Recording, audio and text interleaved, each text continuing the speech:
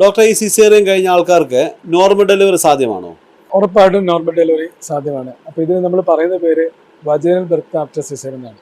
അപ്പോൾ അതിന് കുറച്ച് ക്രൈറ്റീരിയസ് ഒക്കെ ഉണ്ട്. അപ്പം ഒരു സിസേറിയൻ കഴിഞ്ഞിട്ട് മിനിമം ഒരു 2 years ഗ്യാപ്പ് എങ്കിലും വേണം. പിന്നെ നമ്മൾ ഇപ്പോൾ രണ്ടാമത് നമ്മൾ ശ്രദ്ധിക്കുമ്പോഴത്തേക്കും നോർമൽ ഡെലിവറി അറ്റംപ്റ്റ് ചെയ്യുമ്പോഴത്തേക്കും കുറച്ച് കാര്യങ്ങളുണ്ട്. എന്ന് വെച്ചാൽ സ്പോണ്ടേനിയസ് ആയിട്ട് തന്നെ പെയിൻ വരും. അപ്പം ആദ്യത്തെ ഒരു സിസേറിയൻ കഴിഞ്ഞ ആൾക്കാർക്ക് നമ്മൾ രണ്ടാമത് പ്രഗ്നൻസി ട്രൈ ചെയ്യുമ്പോഴത്തേക്കും നമ്മൾ തന്നെ വേദന വരികയാണ് ഏറ്റവും നല്ലത്. അല്ലെങ്കിൽ നമ്മൾ സാധാരണ ആൾക്കാർക്ക് പെയിൻ ഉണ്ടാകാൻ വേണ്ടിയിട്ട് പലതരം ടാബ്ലറ്റുകൾ നമ്മൾ കഴിക്കാൻ കൊടുക്കും, നാക്കിൻ്റെ അടിയിൽ വെക്കും, വജൈനിൽ വെക്കും, റെക്റ്റിൽ വെക്കും. അങ്ങനെയുള്ള ടാബ്ലറ്റ്സുകൾ നമ്മൾ ഇൻഡക്ഷൻ ഓഫ് ലേബർ പൊതുവെ ചെയ്തില്ല. പിന്നെ നമ്മൾ ചെയ്യുന്നത് വെച്ചാൽ ഒരു ഡേറ്റ് ഒക്കെ അടയ്ക്കുമ്പോൾ ഒരു 39 ആഴ്ച കഴിയുമ്പോൾ നമ്മൾ ഉള്ളൊക്കെ പരിശോധിച്ച് നോക്കിയിട്ട് സെർവിക്സ് ഒന്ന് ഡയലേറ്റ് ഒക്കെ ചെയ്ത് വിടും. പിന്നെ നമുക്ക് ഇൻഡക്ഷൻ എന്ന് വെച്ചാൽ ചെയ്യാമെന്ന് വെച്ചാൽ നമ്മൾ ശരിക്കും പറഞ്ഞാൽ ഗർഭാശയമൊക്കെ ഒരു ട്യൂബുണ്ട്, ഒരു ഫോളീസ് കത്തി എന്നൊരു ട്യൂബ് ഇടാം.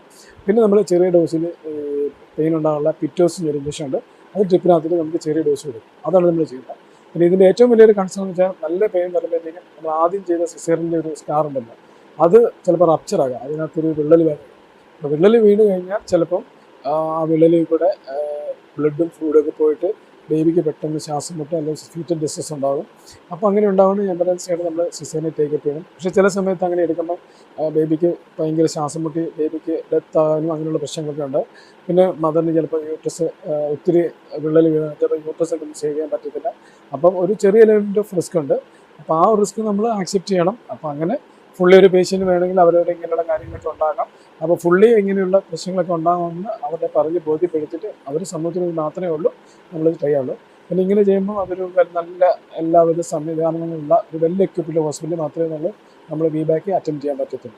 ഒത്തിരി ആൾക്കാരാവുന്നുണ്ട്. ഇപ്പം നമ്മുടെ വെളിയിലുള്ള രാജ്യങ്ങളിലൊക്കെ ഒത്തിരി ആൾക്കാർ ഇത് ട്രൈ ചെയ്തിട്ടാവുന്നുണ്ട്. അപ്പം കണക്കുകളൊക്കെ പറയുന്നത് ഒരു 100 പേര് ആദ്യത്തെ സിസേറിയൻ ആണെങ്കിൽ നമ്മൾ ട്രൈ ചെയ്യുകയാണെങ്കിൽ ഒരു 60 തൊട്ട് ഒരു 75% വരെ നോർമൽ ആവുമെന്നാണ് പറയുന്നത്. പക്ഷേ നമ്മൾ അതിനു വേണ്ടി അവരെ കൗൺസിൽ ചെയ്ത് അവരെ കൺസെൻറ്റ് എടുക്കണം, അതിനെക്കുറിച്ച് ഫുള്ളി അവെയർ ആകണം.